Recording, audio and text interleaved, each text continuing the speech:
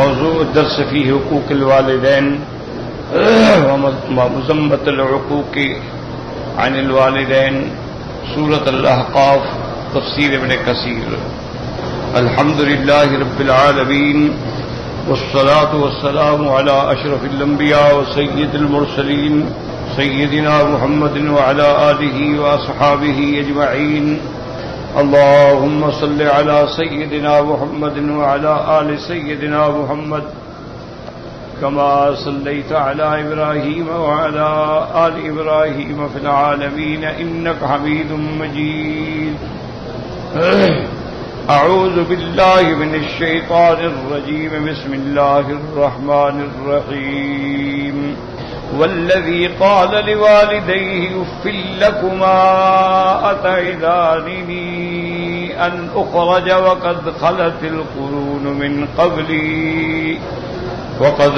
القرون من قبلي وهما يستغيثان الله ويلك آمن إن وعد الله حق فيقول ما هذا إلا أساطير الأولين۔ أولئك الذين حق عليهم القول في قد خلت من قبلهم من الجن والإنس إنهم كانوا خاسرين۔ وَلِكُلٍّ دَرَجَاتٌ مِّمَّا عَمِلُوا وَلِيُوَفِّيَهُمْ أَعْمَالَهُمْ وَهُمْ لَا يُظْلَمُونَ۔ وَيَوْمَ يُعْرَضُ الَّذِينَ كَفَرُوا عَلَى النَّارِ أَذْهَبْتُمْ طَيِّبَاتِكُمْ فِي حَيَاتِكُمُ الدُّنْيَا أذهبتم طيباتكم في حياتكم الدنيا واستمتعتم بها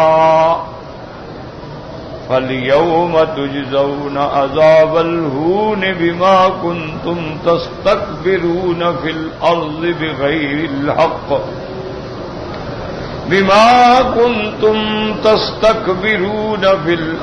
بغير الحق وبما كنتم تفسقون۔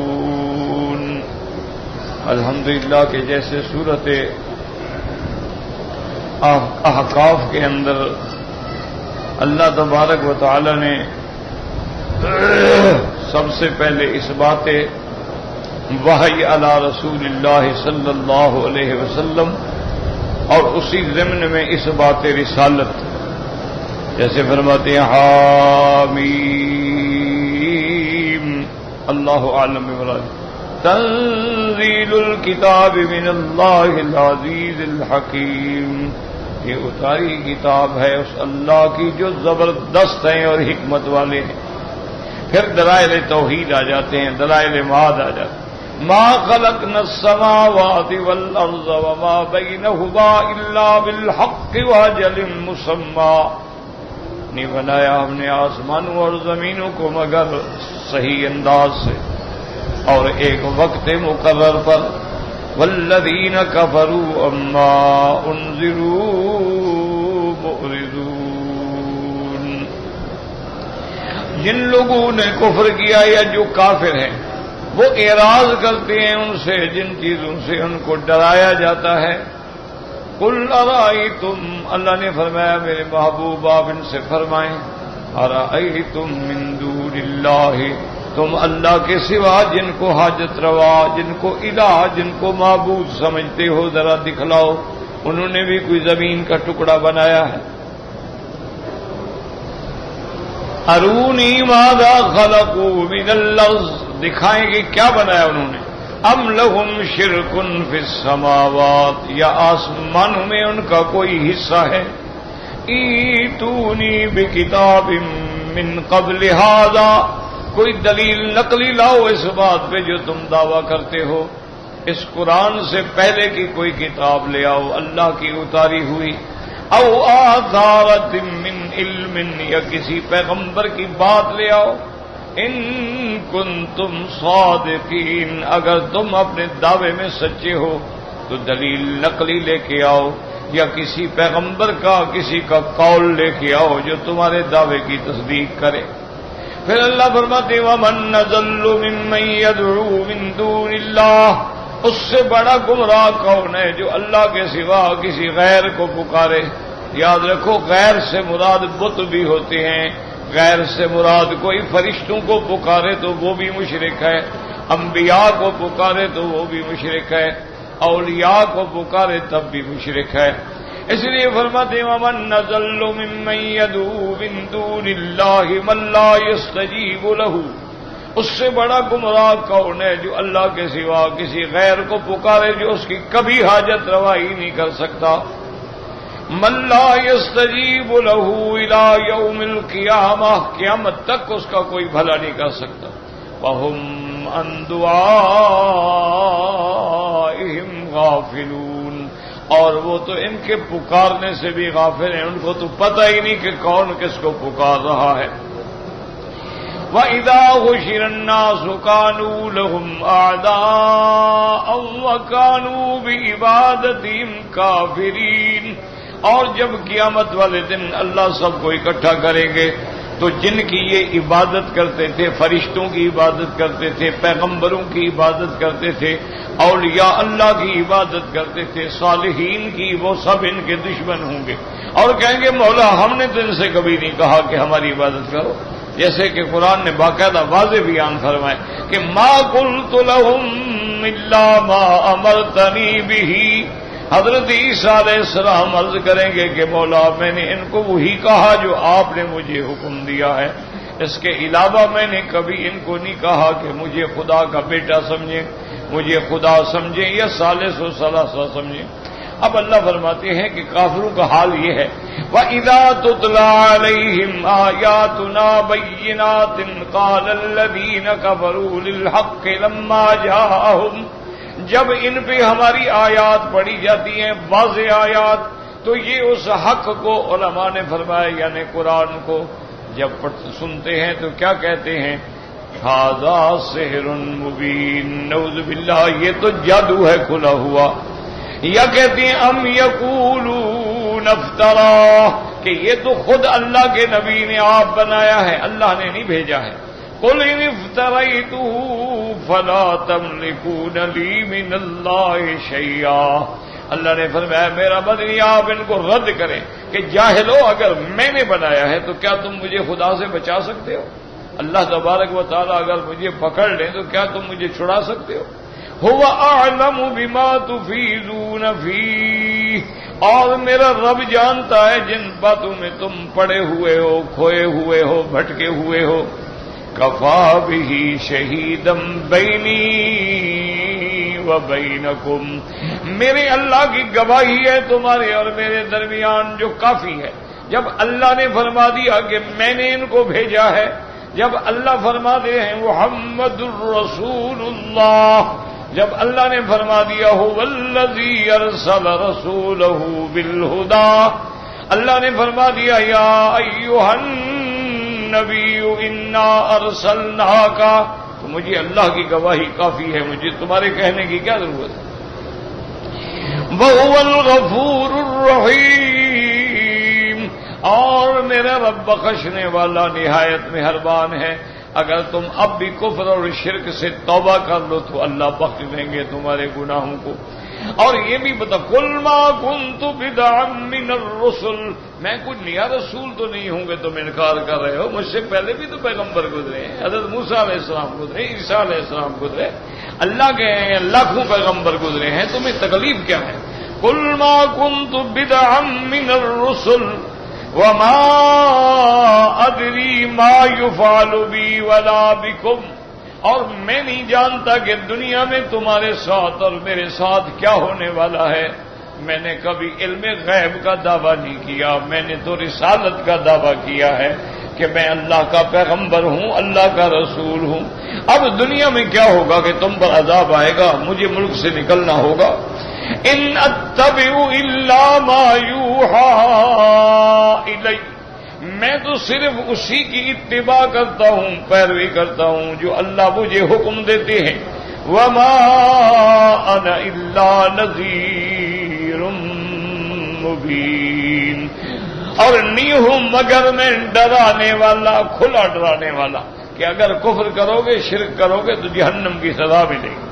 قل ارأیتم ان کان من عند اللہ وکفرتم بہ، آپ فرما دیجئے ان کو کہ بتلاؤ کہ جو کچھ میرے پاس ہے قرآن، اگر وہ اللہ کی کتاب ہے اور تم کفر کر رہے ہو تو انجام کیا ہوگا؟ وَشَهِدَ شَاهِدٌ مِّن بَنِي إِسْرَائِيلَ عَلَى مِثْلِهِ، اور جبکہ بنی اسرائیل کے ایک آدمی نے گواہی دی ہے اس کی صحت کی کہ یہ سچا قرآن ہے، یہ سچا نبی ہے، جیسے پہلے موسیٰ علیہ السلام سچے پیغمبر ہیں، تورات سچی کتاب ہے. اس بنی اسرائیلی بندے نے تو گواہی دی، ایمان لے آیا، واستکبرتم، لیکن تم اکڑ گئے، تم اپنے غرور میں الجھ کے رہ گئے. اصل بات یہ ہے کہ ان اللہ لا یہدی القوم الظالمین، اللہ نے فرمایا میرا بدنی، اصل بات یہ ہے کہ اللہ تبارک و تعالی ظالم کو، اللہ تبارک و تعالی ظالمین جو اپنے جانوں پہ ظلم کر رہے ہیں اور ہدایت نہیں چاہتے، اللہ بھی ان کو ہدایت نہیں دیتے. اور فرمایا وَمِن قَبْلِهِ کتاب موسیٰ اماما ورحمہ. ظالموں غور کرو، تدبر کرو، تفکر کرو اس بات میں کہ اس سے پہلے اللہ کی کتاب ہے جو سب کی قیادت کرنے والی ہے، ہدایت دینے والی، یعنی کتاب تورات ہے. وَهَذَا کتاب، اور یہ قرآن مصدق، یہ پہلی کتابوں کی تصدیق کرنے والا ہے. لسانا عربیا لینذر الذین ظلموا وبشرى للمحسنین، اور اللہ نے قرآن لغت عربی میں اتارا ہے اور یہ ظالموں کو ڈرانے والا ہے اور نیککاروں کو ہی خوشخبری دینے والا ہے جنت کی.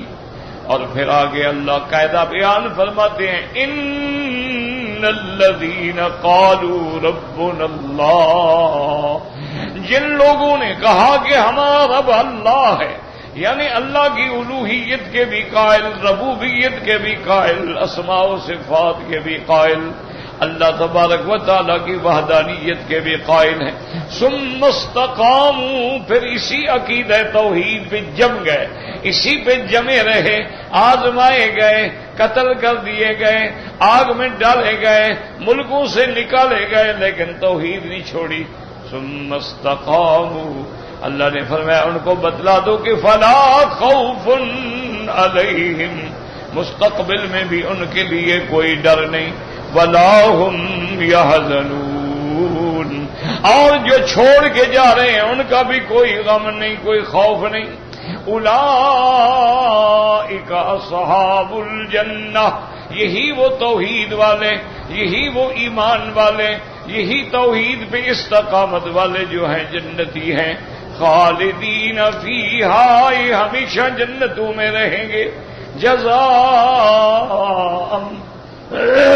جزاء بما كانوا يعملون، اللہ ان کو بدلہ دیں گے ان کے اعمال کا جو انہوں نے دنیا میں نیک اعمال کیے ہیں. تو اللہ نے فرمایا یہی لوگ ہیں جو اہل جنت ہیں. اب آگے اللہ فرماتے ہیں کہ دیکھو والدین جو ہیں وہ بھی مجازی تخلیق کے مراحل سے گزرتے ہیں، لیکن یہ نہیں ہے کہ کوئی بندہ والدین کو سجدہ کرے، والدین کو خدا بنا لے. تو جب والدین اس بات کے حقدار نہیں تو کوئی پیر یا کوئی فقیر کیسے حقدار ہو سکتا ہے؟ کیوں، والدین کا تو ایک مقام ہے نا کہ ان کے ذریعے بندہ پیدا ہوا ہے. تو جو مجازی تخلیق کا ذریعہ ہے، جب ان کی عبادت بنا ہے ان سے بھی حکم ہے کہ بھلائی کرو، یہ نہیں کہ عبادت کرو. اس لیے فرمایا وَوَصَّيْنَا الْإِنسَانَ بِوَالِدَيْهِ إِحْسَانًا، ہم نے حکم دیا ہے اپنے والدین سے بھلائی کا. فرمایا حملتہ امہ کرہا ووضعتہ کرہا، کہ تیری ماں نے بوجھ اٹھایا تکلیف سے اور پھر اتارا تکلیف سے. یاد رکھیں لفظ ہوتا ہے کرہن اور ہوتا ہے کرہن. کرہ کا معنی تکلیف، کرہ کا معنی اجبار، جبر کرنا، کسی کو اکراہ کرنا. جیسے اللہ فرماتے ہیں لا اکراہ فی الدین قد تبین الرشد من الغی ومن یکفر بالطاغوت ویؤمن باللہ. آگے اللہ فرماتے ہیں وحملہ وفصالہ 30 شہرا. حمل اور دودھ کا چھڑانا ان کی مدت 30 مہینے ہے. اسی سے علماء نے مسئلہ نکالا کہ مدت حمل کم سے کم 6 مہینے بھی ہو سکتی ہے، یعنی 6 مہینے کا بچہ بھی پیدا ہو سکتا ہے. کیونکہ جب 30 مہینے ہیں، جب 6 نکل جائیں گے تو باقی 24 مہینے مدت رضاعت ہے. حتی اذا بلغ اشدہ وبلغ 40 سنۃ. اور اس کے بعد جب بندہ پہنچتا ہے کمال اپنے عقل کو، وبلغ 40 سنۃ، اور پہنچ جاتا ہے مدت 40 سال کی عمر کو. ویسے علماء کہتے ہیں یاد رکھو کہ ہر چیز بڑھتی جا رہی ہے، یعنی اس میں قوت نمو ہوتی ہے. جب 40 سال پہ بندہ پہنچتا ہے تو پھر انتہا ہو جاتی ہے. اب عقل بھی کامل ہو گیا، فہم بھی کامل ہو گئی، اعضاء بھی کامل ہو گئے، ہر چیز مکمل ہو گئی. اسی لیے 40 کے عدد میں کوئی اللہ کی حکمتیں ہیں کہ اللہ تبارک و تعالی نے حضرت موسیٰ علیہ السلام کو بھی 40 راتوں کے لیے طور پہ بلایا تھا. فَتَمَّ مِيقَاتُ رَبِّهِ 40 لَيْلَةً، 40 راتیں بیٹھے.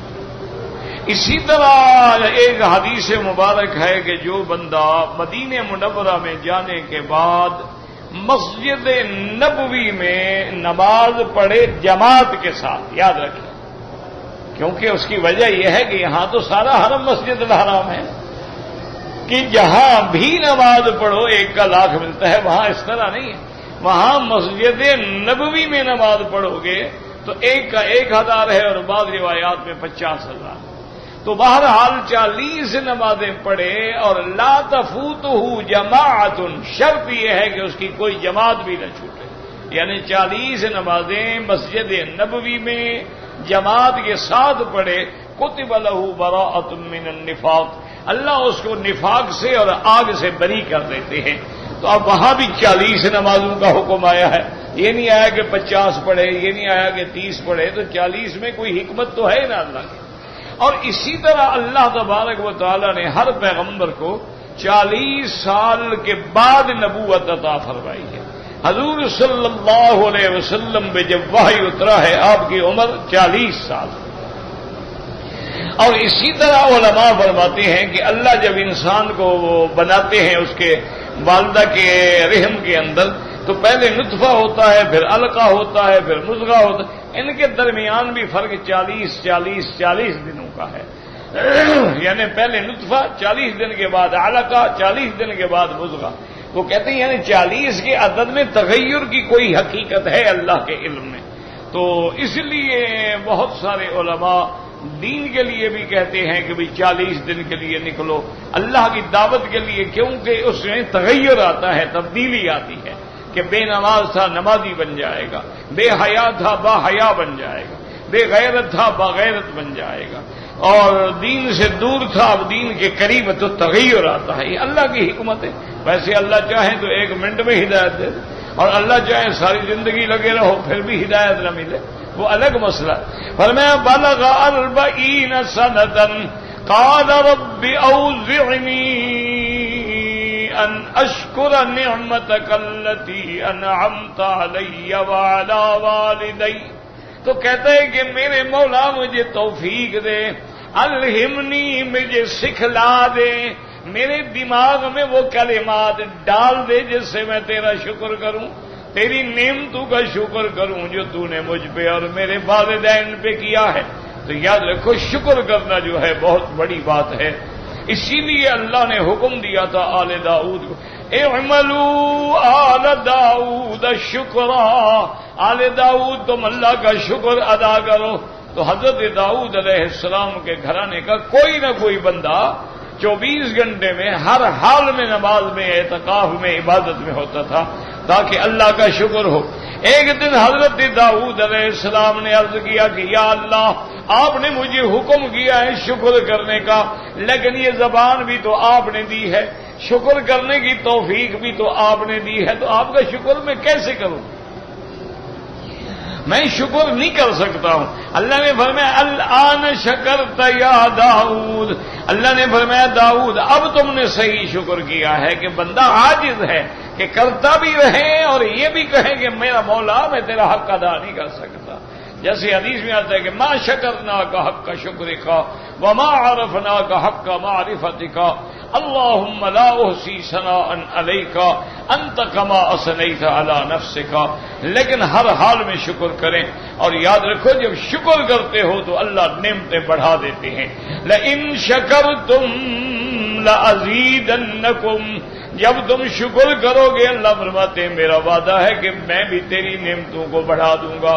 اسی طرح کتب سابقہ میں آتا ہے ایک بندہ حضرت موسیٰ علیہ السلام کی خدمت میں آیا اور اس نے کہا کہ موسیٰ علیہ السلام مجھے اللہ نے ہر نعمت دی ہے، اولاد دی ہے، باغات دیے ہیں، زمینیں دی ہیں، پیسہ دیا ہے، اہل و عیال دیا ہے، یعنی کوئی ایسی نعمت نہیں جس جو اللہ نے مجھے نہ دی ہو۔ تو اب میں اللہ کی اتنی نعمتوں کو بھی نہیں سنبھال سکتا، تو اللہ سے عرض کریں کہ مجھے اور نہیں چاہیے بس۔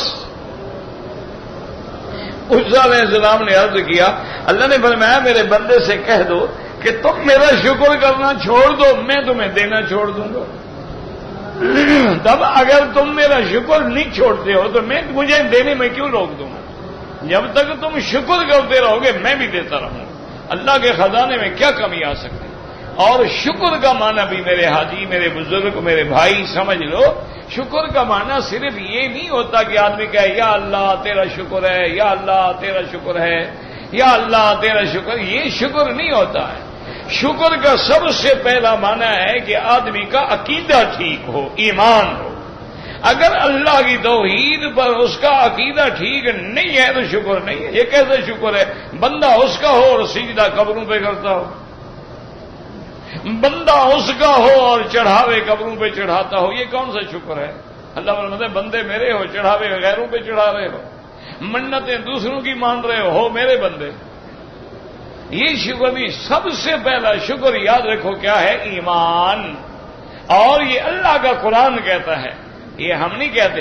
هل أتى على الإنسان حين من الدهر لم يكن شيئا مذكورا إنا خلقنا الإنسان من نطفة أمشاج نبتليه فجعلناه سميعا بصيرا إنا هديناه السبيل اما شاکرا و اما کفورا۔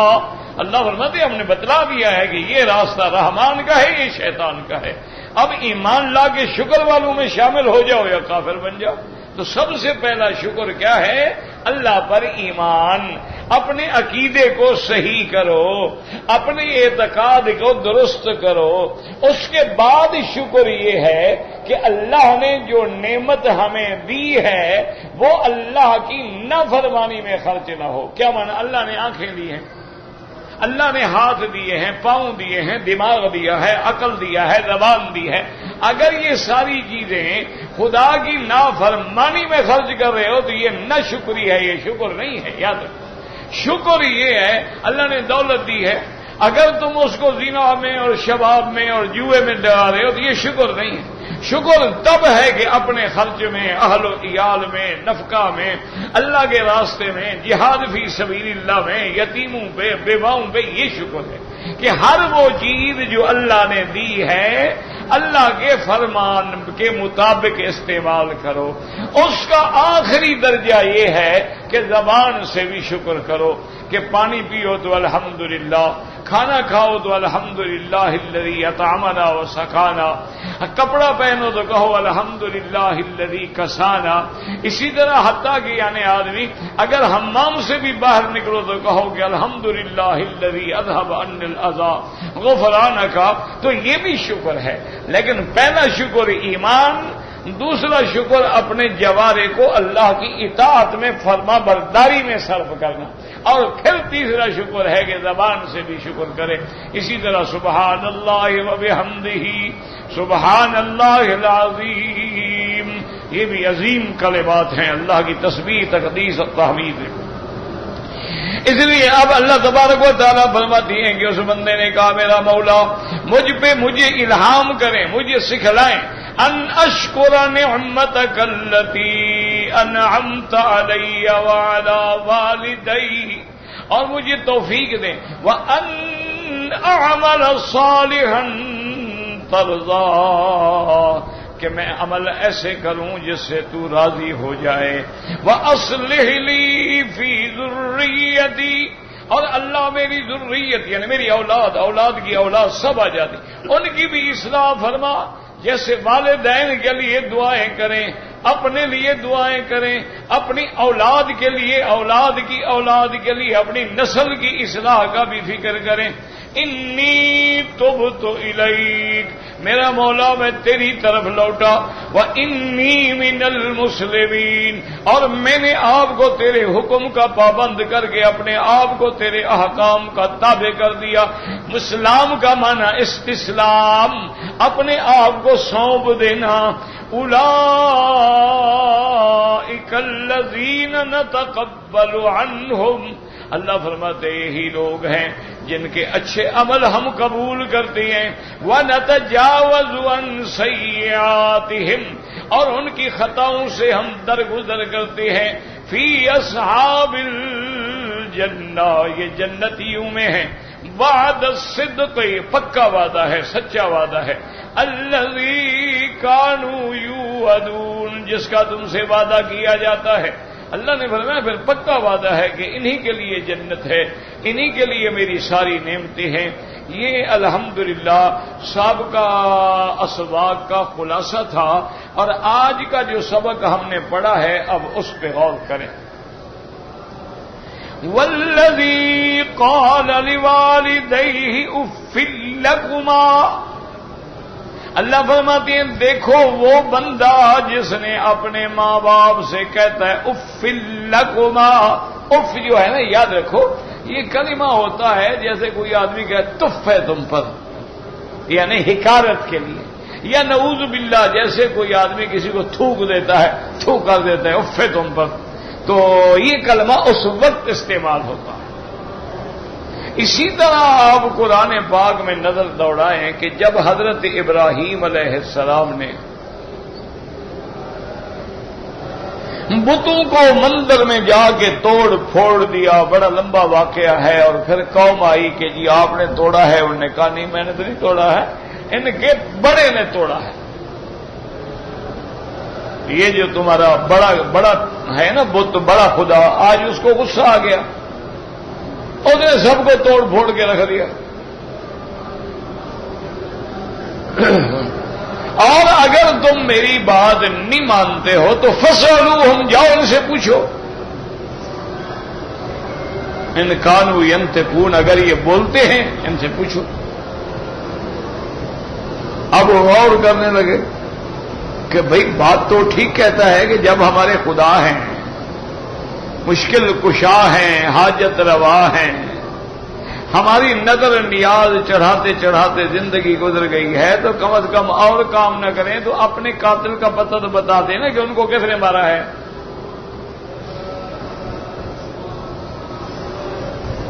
غور کرنے کے بعد پھر ایک دوسرے کو کہنے لگے کہ اللہ کے بندے کیا سوچ رہے ہو، دیکھو ابراہیم علیہ السلام تمہیں پاگل بنا رہا ہے، بھلا یہ بولتے ہیں کہ ہم ان سے جا کے پوچھیں۔ آپ غور کریں کہ اب انہوں نے کہا کہ لقد علمت، انہوں نے کہا کہ ابراہیم علیہ السلام تحقیق آپ جانتے ہیں ما ہؤلاء ینطقون، یہ نہیں بولتے ہیں، تو جب یہ بولتے نہیں ہیں تو آپ ہمیں پاگل بناتے ہیں، ان کے پاس بھیج رہے ہیں جو نہیں بولتے۔ عجیب بات ہے، آپ ہمیں بالکل بے وقوف سمجھتے ہیں. ہم لقد علمت پکی بات ہے، یقینی بات ہے، آپ جانتے ہیں کہ یہ نہیں بولتے. تو اب ابراہیم علیہ السلام کی بات جو تھی نا وہ پکی ہو گئی نا، کہ اب دشمن نے بھی مان لیا کہ یہ بولتے نہیں، یہ کوئی بتاتے نہیں. ویسے ایمان سے کہیں ناراض نہ ہوں، بعض اوقات کلمات سخت بھی ہوتے ہیں، لیکن بہرحال اچھا آپ سے کوئی پوچھے کہ بھئی یہ پیر کی مزار مبارک جو ہے یہ اتفاق سے ٹوٹ گئی ہے یا رات کو کوئی غلاف قیمتی سمجھ کے چوری کر گیا ہے، تو آپ کو بتا دیتے ہیں کہ میرا فلاں چور ہے پکڑ لو؟ کیا خیال ہے؟ نہیں بتا، سوچ لو نا بھی، اگر نہیں بتاتے تو ہم خواہ ان سے مدد مانگ رہے ہیں. کچھ تو بتاتے ہوں گے نا، تو ہمیں نہیں بتاتے ہوں گے، ہم وہابی ہیں، تمہیں تو بتاتے ہوں گے نا. نہیں وہابیوں کو تو نہیں بتاتے ہوں گے، ناراض ہیں وہابیوں سے، لیکن تمہیں تو بتاتے ہوں گے نا کہ بابا وہ جو آپ نے نظر چڑھائی تھی نا، وہ غلاف چڑھائے تھے، سونے کے دروازے لگائے تھے، وہ تو فلاں فلاں چور اکھاڑ کے لے گئے. تو اگر وہ نہیں بتلاتے ہیں تو ایمان سے کہیں پھر ابراہیم کی قوم کا اور ہمارا کیا فرق ہے؟ ٹھنڈے دل سے گھر میں جا کے سوچ لینا. یہ نہیں کہ آدمی بس فرق ہو جی ہمارے بزرگوں کی توہین، اس میں توہین نہیں ہے. توہین وہ ظالم کرتا ہے جو بزرگوں کو نبی سے بڑھا دیتا ہے اور نبی کو خدا سے بڑھا دیتا ہے، وہ توہین کرتا ہے. اولیاء اولیاء ہیں، انبیاء انبیاء ہیں، اور اللہ کی ذات بلند والا ہے، وہ سب کا خالق مالک ہے، اس کے آگے سب سوال کرنے والا. آدم ہے تو سوالی ہے، ابراہیم ہے تو سوالی ہے، موسیٰ اور عیسیٰ علیہم السلام ہیں تو سوالی ہیں، اور میرا مدنی رحمت دو عالم ہے تو سوالی ہے کہ اپنی امت کے لیے مانگ رہے ہیں کہ اللہم اہد قومی، اللہم اہد قومی، اللہ میری قوم کو ہدایت. تو یاد رکھو ہمیشہ عقیدوں کو ٹھیک. اس کا معنی یہ نہیں ہوتا کہ جی اچھا نہیں بتا سکتے، نہیں سن سکتے، تو پھر یہ کیوں آتا ہے کہ سلام سنتے ہیں؟ میرا بھائی گزارش یہ ہے جتنا آتا ہے اتنی حد تک رہو، آگے تو نہ بڑھ جاؤ نا. جتنا قرآن میں موجود ہے، حدیث میں موجود ہے، بس اتنی حد تک رہو.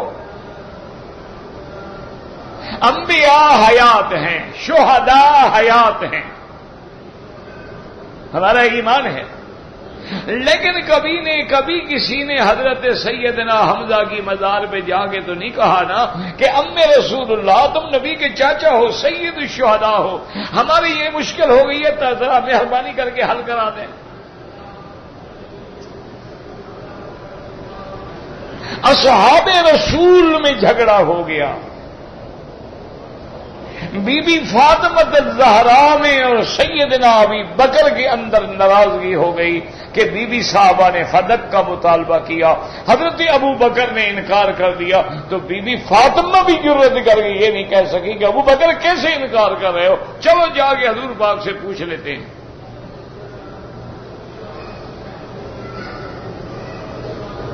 اس لیے حد سے نہ بڑھے. جب آدمی حد سے بڑھتا ہے تو بھٹک جاتا ہے. بے ادبی میں آئے گا تب بھی جہنم، محبت میں غلو کرے گا تب بھی مشرک بن کے جہنم ہے. عقیدہ عین اعتدال ہے کہ جب در اعتدال میں رہو گے، صراط مستقیم، اہدنا الصراط المستقیم، سیدھی راستہ، نہ دائیں ٹیڑھا نہ بائیں ٹیڑھا، نہ بالکل ایک آدمی رستہ ہی نہیں. ایک آدمی رستہ تو ہے لیکن ٹیڑھا میڑھا ہے، ایک آدمی تو رستہ ہے لیکن کھائیاں ہیں، جہنم میں جا پڑا ہے، بدعات میں جا پڑا. میں نے نا اہدنا الصراط المستقیم اور صراط الذین انعمت علیہم، وہ راستہ ان لوگوں کا جن پہ آپ نے انعام کیا ہے، اور وہ کون ہے؟ النبیین والصدیقین والشہداء والصالحین۔ اپنے عقیدوں کو درست کرو۔ اب دیکھو نا کہ حضرت ابراہیم علیہ السلام نے جب اچھی طرح لوہے کو تپا لیا نا، لوہے کو گرم کر لیا، اب چوٹ مارنے کا وقت آیا۔ آپ نے فرمایا فَتَعْبُدُونَ مِن دُونِ اللَّهِ مَا لَا يَنفَعُكُمْ وَلَا يَضُرُّكُمْ۔ فرمایا ظالمو، تم ان کی عبادت کرتے ہو جو نفع دینے کے مقابل نہیں، نقصان دینے کے۔ اف لکم، فرمایا تف ہے تمہارے اس عقیدے پر، تم پر بھی اور تمہارے معبودان باطل بھی۔ اف لکم ولما تعبدون من دون اللہ افلا تعقلون۔ عقل ہی نہیں ہے؟ چلو ایمان نہ ہو، عقل تو ہے نا، عقل تو استعمال کرو۔ اللہ نے عقل تو دیا ہے نا۔ چلو اگر تمہارے اندر ایمان نہیں ہے، افلا تعقلون، یہ نہیں کہا توبنون، اور میں افلا تعقلون، تم بالکل کوئی الو ہو، عقل نہیں ہے تمہارے اندر۔ اب جناب جب جواب نہ بن سکا، کیا جواب دیں؟ کہ بولتے ہیں، ہم پوچھ کے آتے ہیں۔ جب کوئی جواب نہ بنا تو کہنے لگے بابا دیکھو ابراہیم علیہ السلام نے ہمارے ساتھ بڑا زیادتی کی ہے، ہمارے خداؤں کو توڑ ڈالے۔ اچھے خدا ہیں جن کو بندہ توڑ ڈالتا ہے، یعنی ایمان سے کہو وہ حاجت روا ہو سکتا ہے جس کو بندہ توڑ دے؟ یا بندہ جس کو اپنے ہاتھ سے بنا کے، مورتی بنا کے، دیوی بنا کے، دیوتا بنا کے مندر میں سجا دے، وہ بھی کبھی خدا ہو سکتا ہے؟ یہ تمہارے جو ملک میں ہندو ہیں نا، یہ ہے پرانے عقیدہ ان کا، یہ بڑے قدیم ہیں۔ نوح علیہ السلام میں تو بت پوجنے والے تھے نا، یہ مکے کے مشرک جو تھے وہ کیا کرتے تھے؟ وہ بھی تو بت پوجتے تھے نا۔ یہ ہیں بڑے پرانے، لیکن ان پہ افسوس ہے کہ کوئی محنت نہیں کرتا ہے، ورنہ اپنی ان کی کتابوں میں لکھا ہوا ہے، وید میں لکھا ہوا ہے، یجر وید میں لکھا ہوا ہے، اور ویدوں میں لکھا ہوا ہے کہ اللہ کی توحید کے سوا نجات نہیں مل سکتی ہے، اور کوئی نفع نقصان کا مالک نہیں مگر اللہ تبارک و تعالیٰ کی ذات ہے۔ اور ان کے وید میں لکھا ہے کہ اگر تم نے جنت میں جانا ہے اور دوزخ سے بچنا ہے تو نام محمد کو زیادہ پڑھا کرو۔ ان کی کتابوں میں لکھا ہوا، باقاعدہ ان کی کتابوں میں موجود ہے، لیکن مشکل کیا ہے کہ بس جو آدمی جہاں پڑ گیا ہے اسی اندھیرے میں جا رہا ہے، کوئی محنت کرنے کے لیے تیار نہیں۔ ورنہ محنت کی جائے تو بات سمجھ آ سکتا۔ دیکھو نا ابراہیم علیہ السلام نے محنت کی کہ نہیں کی؟ محنت اس سے بڑی کیا ہوگی کہ انہوں نے بجائے بات سمجھنے کہا کہ اچھا جلا دو، ابراہیم جلنے کے لیے بھی تیار ہو گئے، لیکن قربانی دی تو پھر خلیل اللہ بنے کہ نہیں بنے؟ قربانی دی تو پھر آپ کی اولادوں میں اللہ نے پوری نبوت کا سلسلہ نہیں رکھ دیا ہے کہ ابراہیم بھی نبی ہے، اسحاق بھی نبی ہے، یعقوب بھی نبی ہے، یوسف بھی نبی ہے، اسماعیل بھی نبی ہے، اور پھر اسماعیل میں سے ایک در یتیم ہے جو تمام انبیاء کا سردار ہے، وہ حضرت محمد مصطفیٰ صلی اللہ علیہ وسلم۔ تو اللہ نے بدلہ دے دیا نہیں دے دیا؟ توحید میں رہو گے تو بدلہ دین دنیا آخرت دونوں میں ملتا۔ اسی لیے میرے آقا نے رحمت دو جہاں نے ارشاد فرمایا کہ قیامت والے دن سب سے پہلے جنت کا جوڑا جو ہے وہ حضرت ابراہیم کو پہنایا جائے گا۔ اول من یکسا، حضور نے فرمایا سب سے پہلا جوڑا، سب سے پہلا جنت کی پوشاک جو ہے وہ میرے ابا ابراہیم کو پہنائی جائے گی۔ صحابہ نے پوچھا حضور آپ سے بھی پہلے؟ فرمایا ہاں مجھ سے بھی پہلے پہنائی جائے گی، کیونکہ اللہ کی توحید کے لیے حضرت ابراہیم کے کپڑے اتارے گئے تھے، ان کو نعوذ باللہ عریاں بغیر لباس کے آگ میں ڈالا گیا تھا۔ اللہ فرمائیں گے خلیل اللہ تم نے میرے لیے کپڑے اتروائے تھے، آج سارے کھڑے رہے، پہلے تمہیں کپڑے پہنائیں گے۔ تو پھر اللہ بھی بدلہ دیتا ہے، اللہ تبارک و تعالی بھی اس توحید پہ قائم رہنے والوں کو بدلہ دیتے ہیں کہ اول من یکسا، سب سے پہلے جو لباس ملے گا۔ ورنہ ہمارا ایمان ہے کہ حضور کی شان افضل ہے، لواء الحمد حضور کے ہاتھ میں ہے.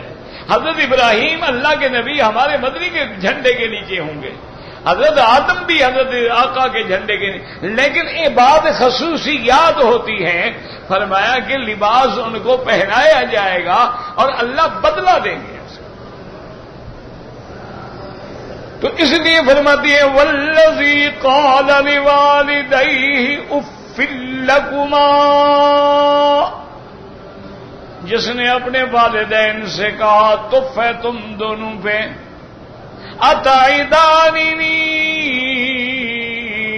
ان اخرج وقد خلت القرون من قبلی، کیا تم مجھے ڈراتے ہو کہ مرنے کے بعد اٹھیں گے، بھلی حساب ہوگا، کتاب ہوگا، جزا ہوگی، جنت ہوگی، جہنم ہوگی؟ کیسی باتیں کر رہے ہو؟ مجھ سے پہلے صدیاں گزر گئی، کتنی دنیا گزر گئی ہے، وہ تو کوئی آج تک واپس نہیں آیا، وہ نہیں اٹھائے گئے تو میں کیسے اٹھایا جاؤں گا؟ وَهُمَا يَسْتَغِيثَانِ اللَّهَ، اور وہ اللہ سے اس کی ہدایت کے لیے پکار رہے ہیں، اللہ ہمارے اس بدکار بچے کو ہدایت عطا فرما دے. اور ساتھ اپنے بیٹے کو بھی کہتے ہیں وَيْلَكَ آمِن، ہلاکت ہو تجھ پہ، ایمان لیا، ایمان لیا، بچ جا جہنم کی عذاب سے. لیکن بیٹا بگڑا ہوا ہے نا. فَيَقُولُ مَا هَذَا إِلَّا أَسَاطِيرُ الْأَوَّلِينَ، اور بیٹا بگڑا ہوا ہے، وہ کہتا ہے جو تم مجھے سنا رہے ہو کہ یہ اللہ کی کتاب ہے، اللہ کی وحی ہے، یہ کوئی وحی نہیں، کوئی اللہ کی کتاب نہیں، یہ تو وہی پرانے قصے ہیں جو ہر دور میں پیغمبر کہتے آئے ہیں کہ مرنے کے بعد اٹھیں گے، حساب ہوگا، قیامت ہوگی. آج تک تو ہوئی نہیں، اب کب ہو جائے گی؟ نہیں، یہ تو وہی پرانی باتیں ہیں، سارے ایسے کہتے آئے. تم جو کہہ رہے ہو نا یہ نئی بات نہیں ہے. اب اللہ فرماتے ہیں کہ یاد رکھ، سن لو، اولئک الذین حق علیہم القول فی امم قد خلت من قبلہم من الجن والانس. اللہ فرماتے ہیں انہی کے لیے میرا فیصلہ ہے جو امتیں پہلے گزری ہیں، چاہے جن ہیں یا انس ہیں. کیا؟ انہم کانوا خاسرین، کہ یہی گھاٹے والے ہیں، یہی تروٹے والے ہیں جن کی دنیا بھی برباد اور حشر بھی برباد اور قبر بھی برباد. یہی لوگ ہیں، ان کے لیے فیصلہ ہو چکا ہے.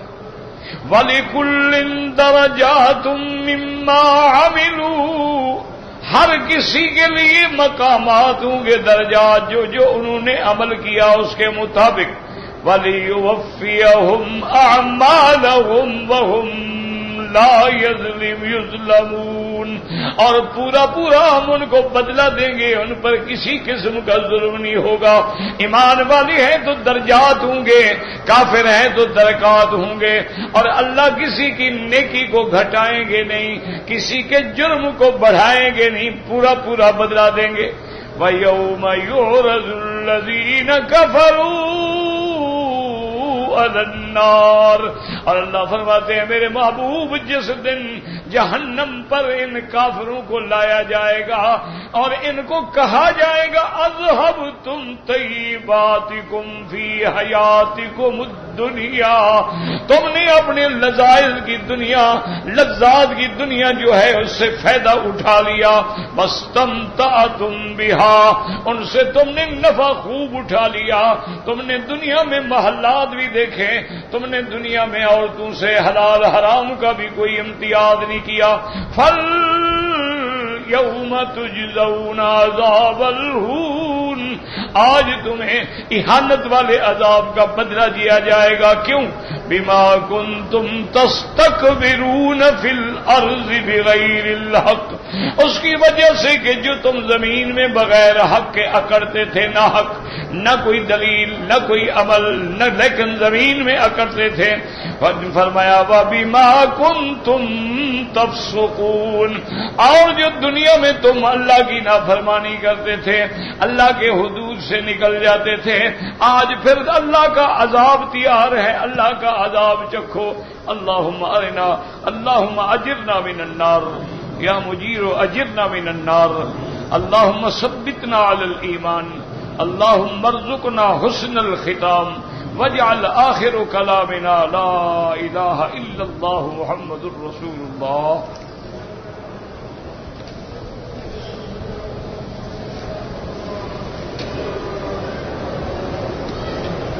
کہتے ہیں جی کہ ہم لوگ مکہ مکرمہ میں کام کرتے ہیں، لیکن ہم نے رمضان کے بعد عمرہ کیا ہے، تو سیدھی بات ہے میرا بھائی، اب اگر حج کرو گے تو حج آپ کا تمتع ہوگا اور حج کی بکری آپ کو رکھنی ہوگی، ویسے آپ کو عمرہ نہیں کرنا چاہیے تھا۔ امام ابو حنیفہ رحمۃ اللہ علیہ کے نزدیک تو دم جبر ہوگی، لیکن باقی ائمہ فرماتے ہیں کہ چونکہ عمرہ کر لیا ہے لہذا حج کے بعد، رمضان کے بعد حج کے مہینوں میں عمرہ بھی ہو گیا، درمیان میں احرام بھی کھول دیا، اب حج کا بند ہوا تھے تمتع ہو گیا، بہرحال بکری ہر حال میں رکھنی ہے۔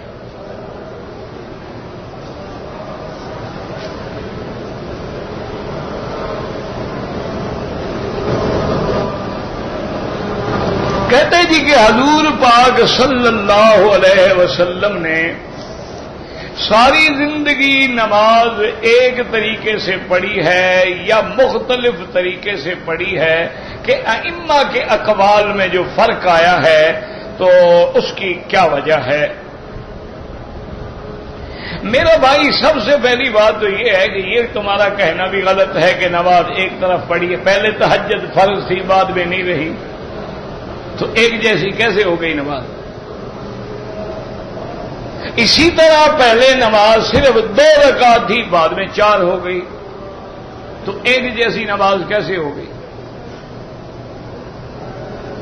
باقی بات یاد رکھو کہ اب بھی نماز کے اصول میں، فرائض میں کوئی اختلاف نہیں ہے کسی امام کے نزدیک، یہ جاہل لوگوں کے جھگڑے ہیں،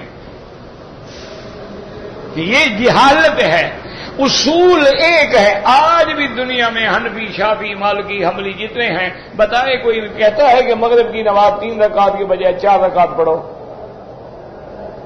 عشاء 4 رکعت کے بجائے 6 رکعت پڑھا کرو، فجر کی رکعت نماز جو ہے 2 رکعت کے بجائے 3 رکعت، کوئی کہتا ہے؟ مانا یہ ہے کہ اصول ایک ہے۔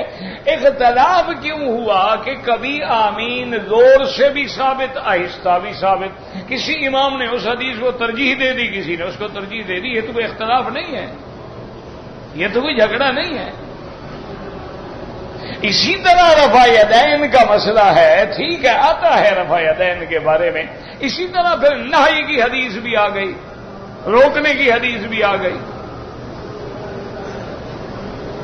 اسی طرح پھر حضرت عبداللہ ابن مسعود جیسے جلیل القدر صحابی نے، جو اتنا بڑا آدمی ہے کہ جس کے بارے میں حضور نے فرمایا کہ جو بات فیصلہ میرا عبداللہ کر دے وہ مجھے بھی قبول، میرے اللہ کو بھی قبول ہے۔ انہوں نے جب نماز پڑھا کے دکھائی تو صرف پہلی دفعہ ہاتھ اٹھائے، بعد میں نہیں اٹھائے، تو یہ اختلاف نہیں ہے، یہ اختلاف تمہارے دماغ میں ہے۔ اب دیکھو نا جی، اللہ کے حرم میں کتنے دروازے ہیں؟ مثلا 50 دروازہ ہے، لیکن جس دروازے سے بھی کوئی بندہ آ رہا ہے آ تو کعبے میں رہا ہے نا، اب کہو نہیں یار تم اس دروازے سے کیوں آئے، یہ اس دروازے سے، سب کو ایک دروازے سے نکلنا چاہیے تاکہ سارے مر جائیں انشاءاللہ۔ یہ کیا عقل مندی ہے کہ تمام حجاج کرام نہیں، ہم تمہیں ایک دروازے سے ہر حال میں گزاریں گے؟ یہ میرا بھائی باتیں ہیں کہ ہم تو جی قرآن و حدیث کو مانتے ہیں، تو اہل قرآن کہتے ہیں، وہ کہتے ہیں جناب ہم صرف قرآن کو مانتے ہیں، اللہ نے قرآن اتارا ہے، پھر ان کا کیا کرو گے؟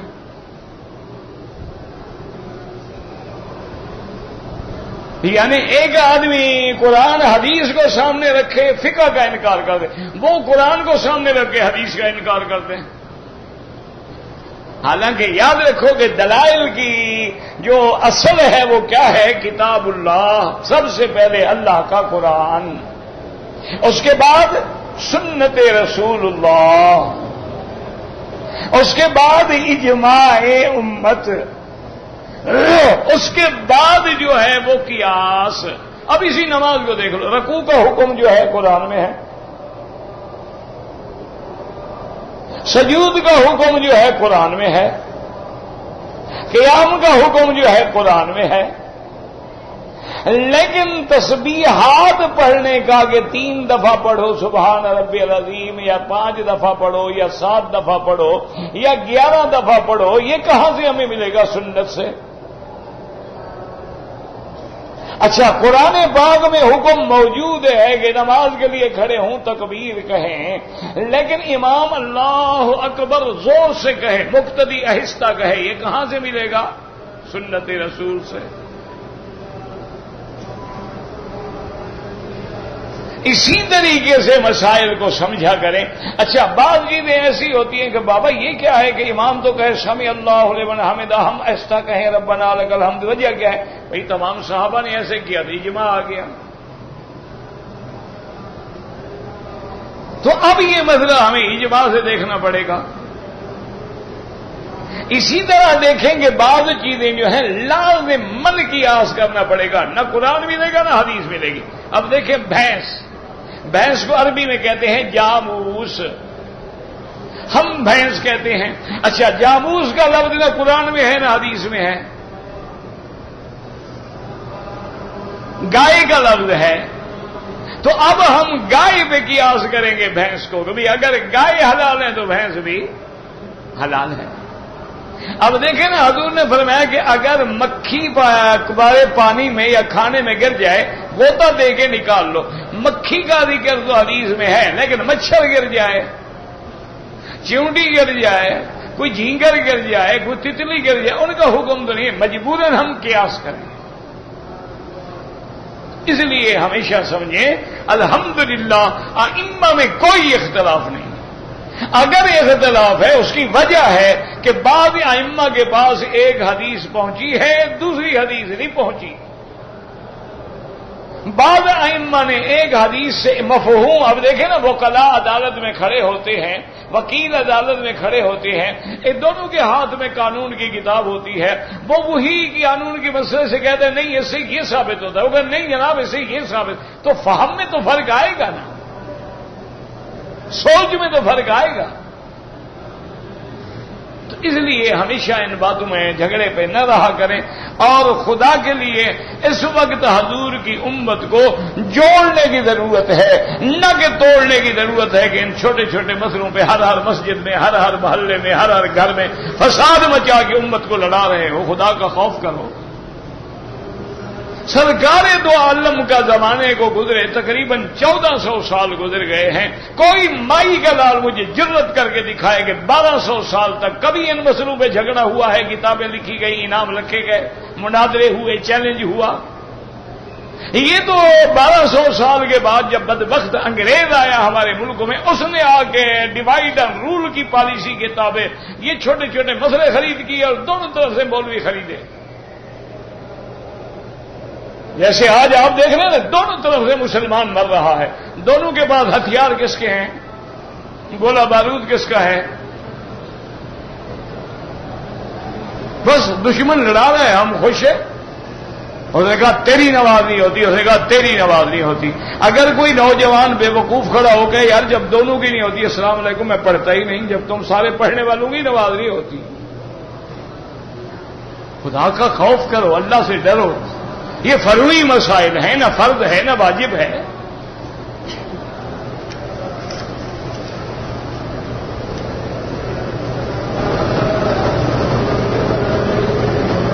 بہرحال آپ آئے تھے 15 شوال کو، لیکن آپ نے عمرہ نہیں کیا ہے.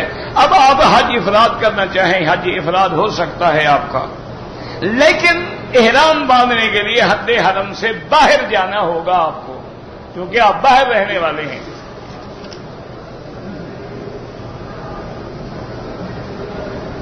ہر آدمی اپنے امام کی بات کرتے ہیں، نبی کی بات نہیں کرتے. تم بھی روز نماز امام کے پیچھے پڑھتے ہو، جاؤ نبی کے پیچھے پڑھو.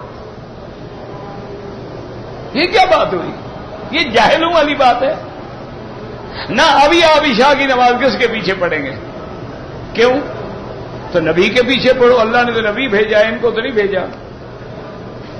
تو امام کس کی پیروی کرے گا؟ محمد مصطفیٰ کی ہی۔ تو جب ہم امام سے مسئلہ پوچھیں گے تو گویا یہ حکم اللہ کا ہے کہ فَاعْتَبِرُوا يَا أُولِي الْأَبْصَارِ، یہ اللہ کا حکم ہے کہ فَاسْأَلُوا أَهْلَ الذِّكْرِ إِن كُنتُمْ لَا تَعْلَمُونَ۔ اللہ نے انہیں حکم دیا ہے کہ تم میرے دین کے قرآن سے مسائل نکالو، ہمیں حکم دیا ہے کہ تمہیں نہیں آتا تو اس سے پوچھو۔ تعمیل تو اللہ کے حکم کی ہو رہی ہے خدا کے بندے۔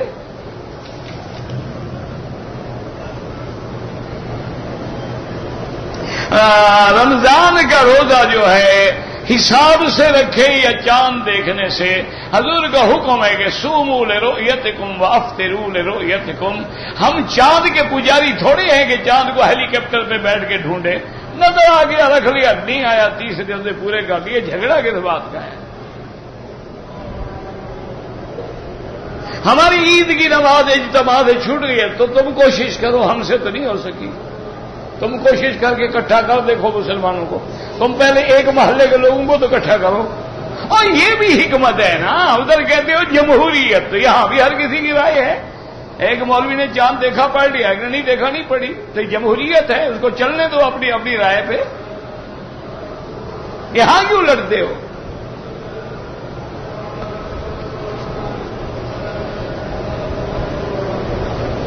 حالت طواف میں رمل جو ہے 3 چکروں میں، اسی طرح اجتباء بھی 3 چکروں میں۔ کعبہ شریف کے اندر جو امام کے پیچھے ہے وہ صف اول ہے، لیکن دیکھیں یہ کعبہ ہے، امام ادھر ہے، تو ایک تو وہ صف ہے جو امام کے پیچھے آ رہی ہے، ورنہ جو ادھر ہی کعبے کے قریب ہوگا، ادھر قریب ہوگا، ادھر قریب ہوگا، اس کو بھی صف اول کا ثواب ہے۔ کہتے جی کہ بعض والدین اپنے بچوں کا نکاح زبردستی کر دیتے ہیں، نہیں کرنا چاہیے لیکن نکاح ہو جاتا ہے، ویسے گناہ ہے، ان کو ان کی رضامندی لینی چاہیے، لیکن ولی ہے، والد ہے، نکاح ہو جائے گا۔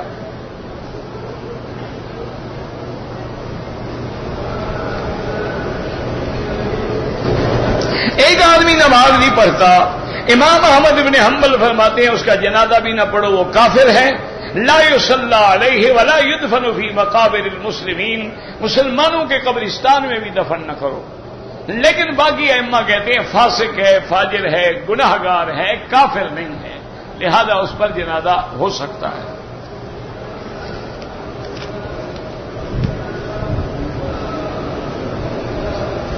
عورت کو حالت احرام میں چہرہ کھلا رکھے، نماز میں بھی چہرہ کھلا رکھے، لیکن ایک بات یاد رکھو، احرام میں چہرہ کھلا رکھے تو پہلے تو بند ہونا، جس کا پہلے ہی کھلا ہے تو اب کیا کھلا رکھے؟ پہلے پردہ تو مانو نا، پردہ مانو گے تو احرام میں کھلا رکھو گے نا۔ جب پہلے سے ہی پردہ نہیں ہے، سب کچھ ماشاءاللہ، وہاں تو پورا بدن کھلا ہے۔ اگلے دن میں طواف کر رہا تھا، انا للہ و انا الیہ راجعون، میرے آگے ایک عورت طواف کر رہی تھی، اس نے اتنی باریک کپڑے کی شلوار پہنی ہوئی تھی، اس کا پورا بدن نظر آ رہا۔ اب میں نے کہا جا کے سمجھاؤں، عورت ہے، گلے پڑ جائے، کیا کروں گا؟ انا للہ و انا، یاد رکھو اگر کسی عورت کا طواف میں یا نماز میں بال بھی ظاہر ہو جائے تو اللہ کی اس پہ لعنت ہوتی ہے، چہ جائے کہ طواف کا ثواب ملے گا۔ بہرحال احرام میں چہرہ کھلا ہو لیکن غیر مرد آگے آ جائیں تو کپڑا گرا دیں۔ اور جو چھوٹے بچے ہیں نا، ان کو جیسے احرام بندوا دو، تو ایک سکھانا ہے کہ اچھے کام کی طرح تربیت ہو جائے، ورنہ ان پہ کوئی حکم تو نہیں ہوتا نا۔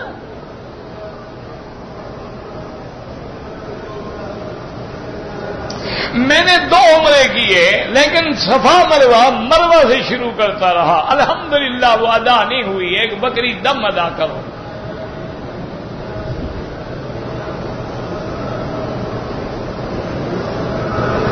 بہرحال اگر 7 چکر لگے ٹھیک ہے، لیکن صفا سے شروع کرے، مروہ پہ ختم کرے، الٹا کرے گا تو ادا نہیں ہوگی۔ جو لوگ بھی بے گناہ جیلوں میں ہیں، اللہ سب کو رہائی عطا فرمائے۔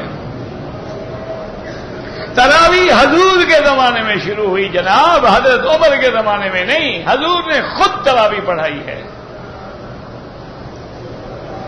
اب ان کو 1400 سال کے بعد یہ مسئلے یاد ہے، یار تم نہ پڑھا کرو تراویح، جان چھوڑو، قصہ ختم کرو، کیوں حضور کی امت کو لڑا رہے ہو؟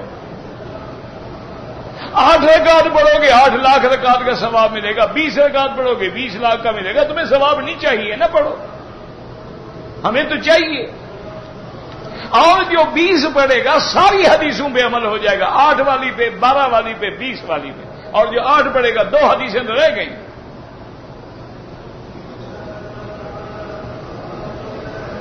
بسم اللہ کا معنی اللہ کے نام سے شروع کرتا ہوں۔